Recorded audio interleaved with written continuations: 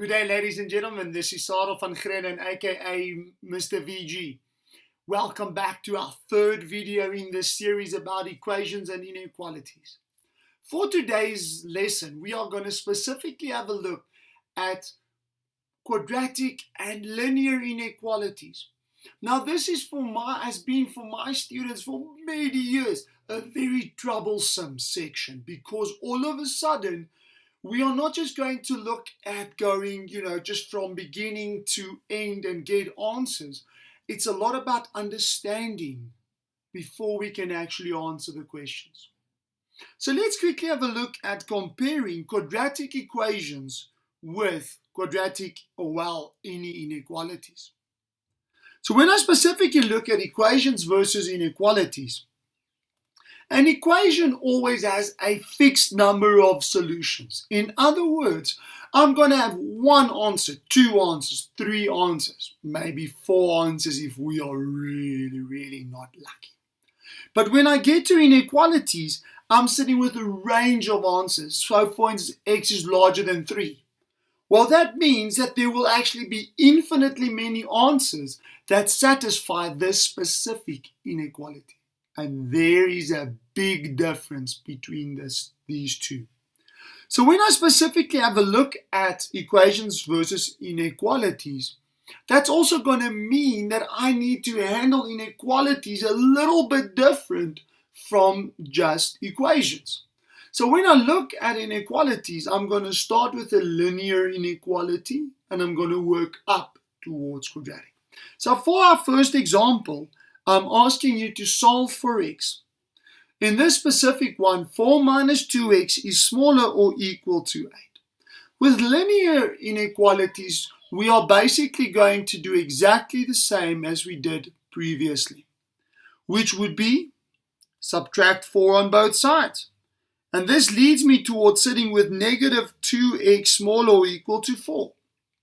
I still want to get x alone. I still want to make x the subject. So in other words, I'm going to divide by negative 2 on both sides. Now here is where inequalities are a little bit different. Because yes, I'm going to sit with x on the left.